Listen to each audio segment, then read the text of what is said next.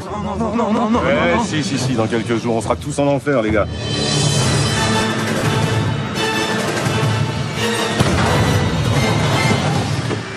Et puis pour justement, étant tous les trois vraiment fans de cinéma, on s'est dit que le jour où nous on apportera un peu notre pierre à l'édifice, il faudrait que ce soit un vrai film avec une vraie idée et qu'on n'arrive pas avec une idée un peu brinque-ballante quoi. Et c'est pour ça qu'on a pris le temps.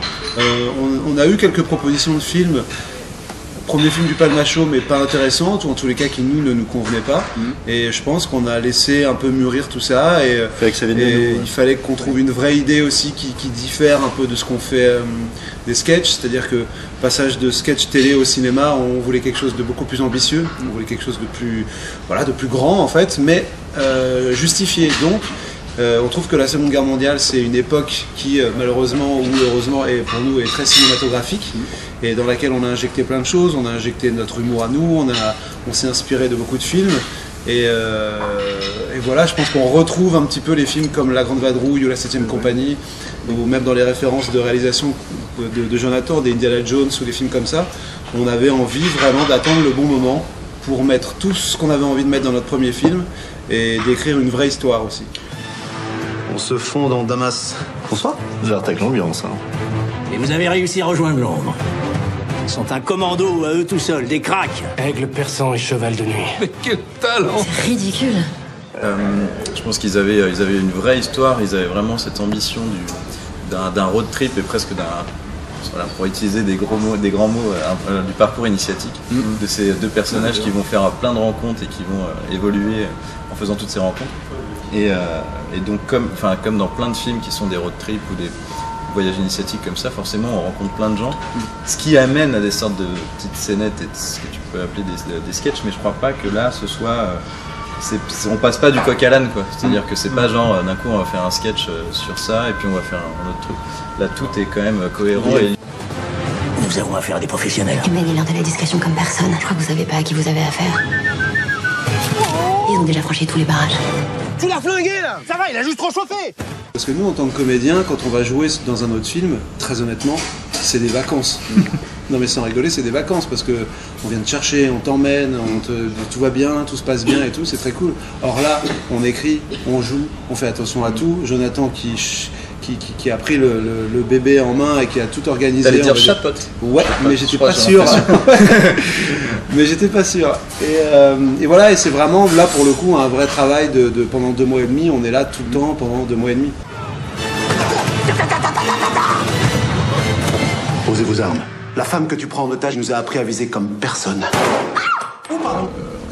En fait, c'est un petit côté à l'ancienne, mais parce que je suis quelqu'un de très classique et finalement c'est des films que j'adore. Mais j'ai pas voulu non plus tomber comme dans OSS 117, vraiment le côté ultra puriste de avoir exactement les lumières qui servaient à l'époque pour vraiment avoir le rendu exactement de l'époque.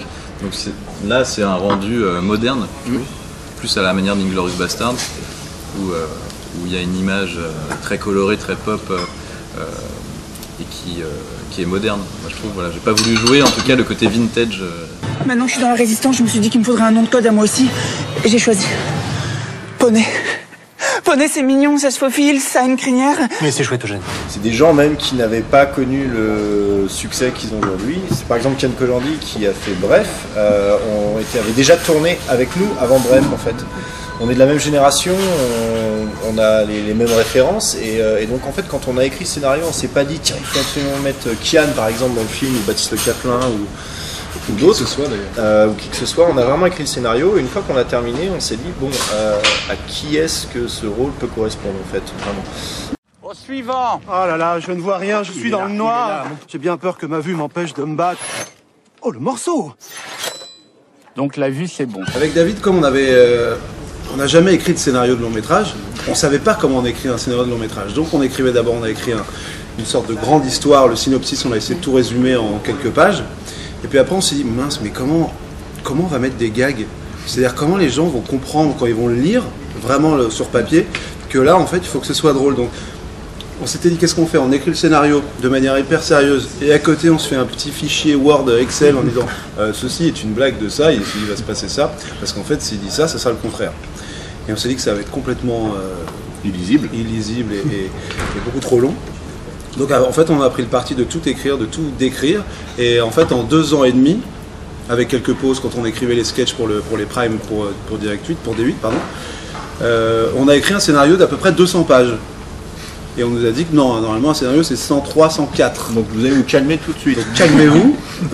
Et maintenant il va falloir qu'on coupe 95 pages. Ah, bon d'accord. Et puis après ça se fait en travaillant avec Jonathan, ça se fait avec des lectures. Nous on s'est dit peut-être qu'il y a des scènes qui nous font rire nous mais qui font pas forcément avancer l'histoire. Et puis à force de lecture et de travail, on arrive à un scénario au bout de 2 ans et demi.